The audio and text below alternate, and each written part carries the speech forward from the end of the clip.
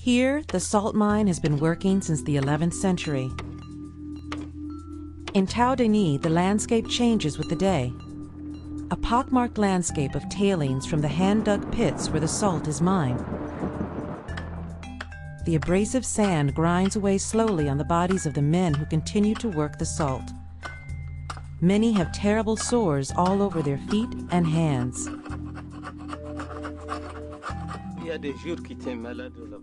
There are days when your arms hurt, but there are no doctors here.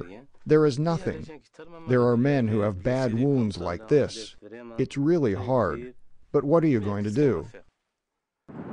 The salt tablets are loaded on the camels as the people prepare to head out. They will spend about 14 days heading south to Timbuktu. For them, crossing the desert is not merely getting from here to there, it is a process. In the Sahara Desert, there is no reference point. As far as the eye can see, it's an absolute sea of sand. Nighttime comes and goes. The sun rises large in the sky. As the caravans move out on these long journeys, the guides utilize skills which have been developed slowly, literally over generations. They read the direction of the stars. They use the orientation of the sand dunes and tracings in the sand that mark the direction of the prevailing winds. As they travel through the desert, they come upon well after well, where the caravans stop and allow their camels to drink. It's the continuation of a tradition, a means of survival that's been alive for 1,000 years.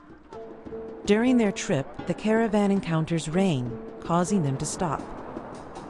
The rain affects the salt and will cause it to break if it is not allowed to dry out. They are at least a 10 days walk north of Timbuktu, in the middle of the Syrian desert, down to a liter or two of water. But they don't panic. They remain extraordinarily calm.